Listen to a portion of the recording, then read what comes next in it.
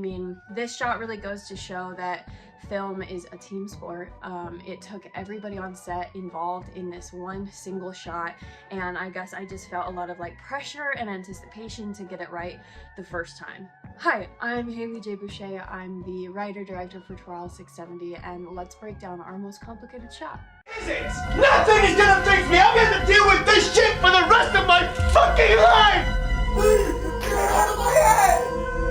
Get it out! Get it out! Get it out! Get it out! Get it out!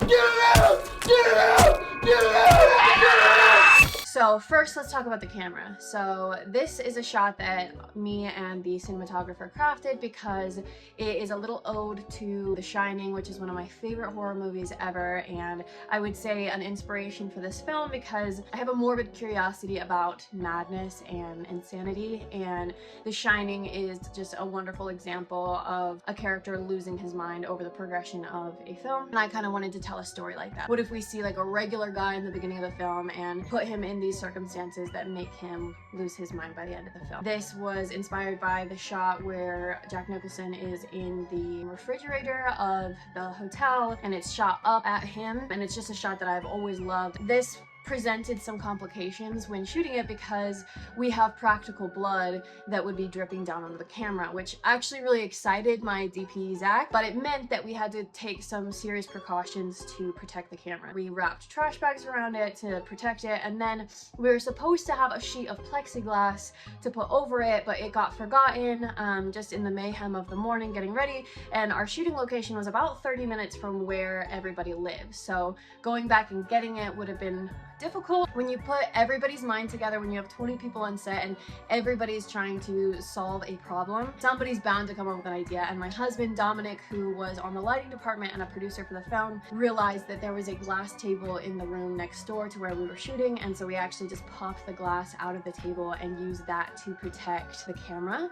So we've got that on 2 apple boxes above the camera. This is the moment when we realize, oh, like Jordan has lost his mind. This is not just an emotional battle anymore. He's no longer thinking logically. He's slamming his head into a wall because he's so desperate to get this thing out of his head. I wrote it really excited about the disturbing imagery, not necessarily sure how we would pull it off. However, we have Nathan Mulroy as our art director, and I knew between us and Zach, the DP, who also did VFX and post-production, we'd be able to come up with something. I didn't want to just fake it, and neither did our lead actor. You know, you could shoot it in a way kind of like how you shoot punches and stuff, where it maybe looks like he's hitting his head, but he's actually not.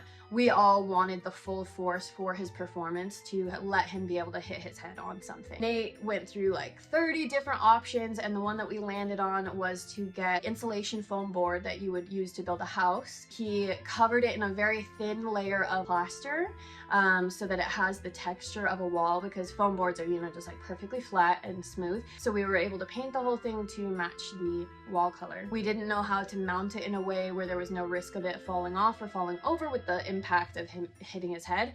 So since it's such a tight shot looking up, we were able to actually have all these people standing around him while the shot is being done, actually just holding the wall up. The next really cool thing is that our makeup artist Amanda Woods, she's stellar. She's done a lot of like monster makeup and effects makeup. She has a tube going up Josh, our actor's back through his hair. It's taped to the back of his head, his neck, to his hair, goes down his shirt, and is attached to a syringe full of fake blood, so that as he impacted, she waited until the like 3rd impact or whatever to start really pumping it through, and so that blood is coming out of his hair to hit the wall, and all of that is done practically. You'll also notice that the wall cracks a little bit. This is another reason that we wanted the plaster on there, so that it didn't just indent like a foam board would, but you can actually see the way that the plaster cracks in a way that looks more like drywall. We have our makeup artist Amanda and our wardrobe person CJ